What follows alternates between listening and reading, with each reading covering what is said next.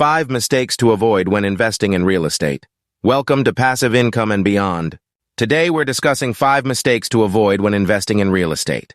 Mistake 1. Not doing proper research. Always research the market, location, and property before making a purchase. Skipping this step can lead to costly mistakes. Mistake 2. Overleveraging your finances. Avoid taking on too much debt when investing in real estate. Overleveraging can put you at risk if the market takes a downturn. Mistake 3. Ignoring cash flow. Cash flow is king in real estate investing. Don't just focus on potential appreciation. Ensure the property generates positive cash flow from day one. Mistake 4.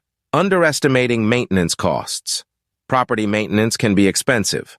Be sure to budget for repairs and upkeep to avoid unexpected expenses. Mistake 5. Being emotionally attached.